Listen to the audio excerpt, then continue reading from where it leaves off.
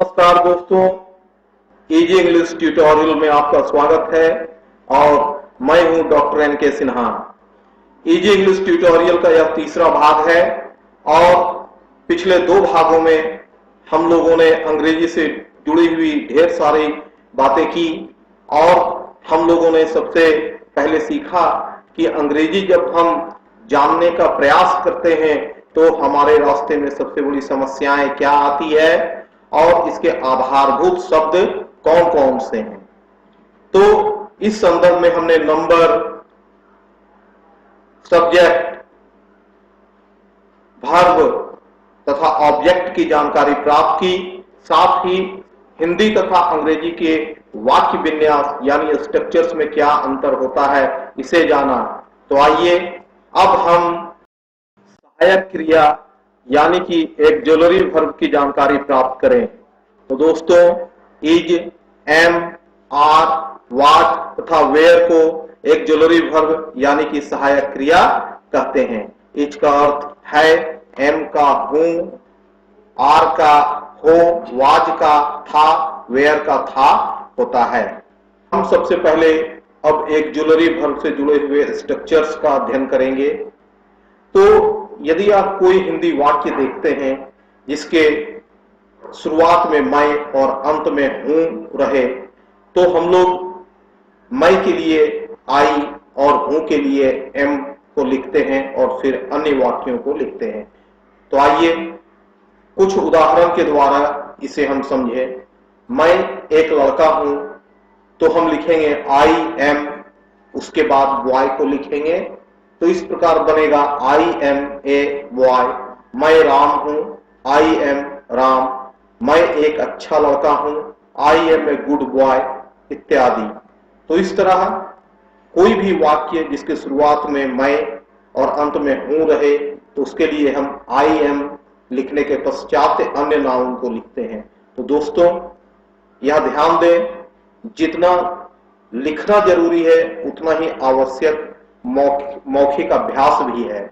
तो चलिए मैं यहां कुछ छोटे छोटे वाक्यों को दे रहा हूं, उनसे जुड़े हुए कुछ हिंट्स भी यहां पर दिए हुए हैं। आप इसका मौखिक अभ्यास करें ताकि आपको बोलने में कोई झिझक महसूस ना हो।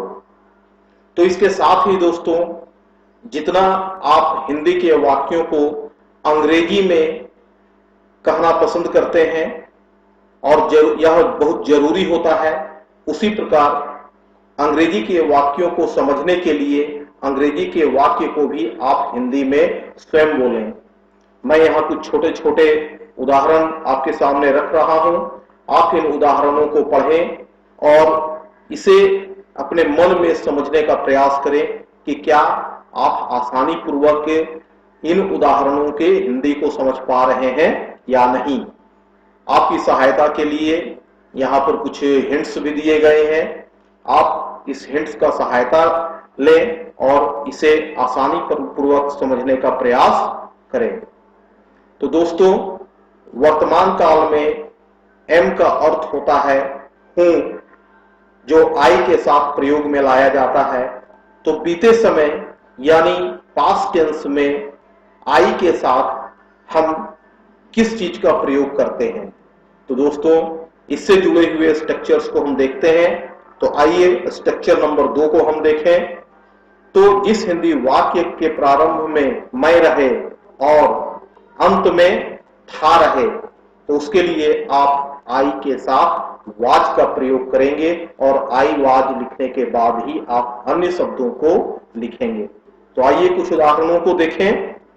तो यहां पर हम देखते हैं कि मैं एक छात्र था, तो मैं के लिए मैं आई लेता हूं, उसके पश्चात वाज और फिर अंत में ए स्टूडेंट लिखता हूं, या फिर हम लोग ए स्टूडेंट कहते हैं। तो याद रखें, जब भी आप मैं के साथ था देखें, आप आई वाज का प्रयोग करें और यहां पर दिए गए कुछ उदाहरणों को देखें और उसे समझें और उसके पश्चात आप जो है सो कुछ हिंदी के छोटे छोटे वाक्यों को ले लें और उन छोटे वाक्यों को मौखिक रूप से अंग्रेजी में अनुवाद करने का प्रयास करें।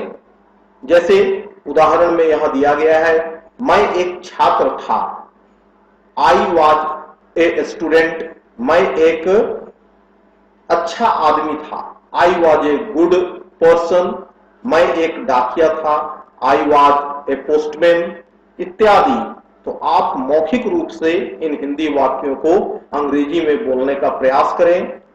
और दोस्तों, मैं अपने अनुभव से आपको यह कहना चाहूंगा कि आप केवल इन थोड़े से वाक्यों पर ही सीमित ना हो जाएं, कॉपी पेन ले लें और छोटे छोटे वाक्यों को लिखकर उन्हें अंग्रेजी में बोलते जाएं।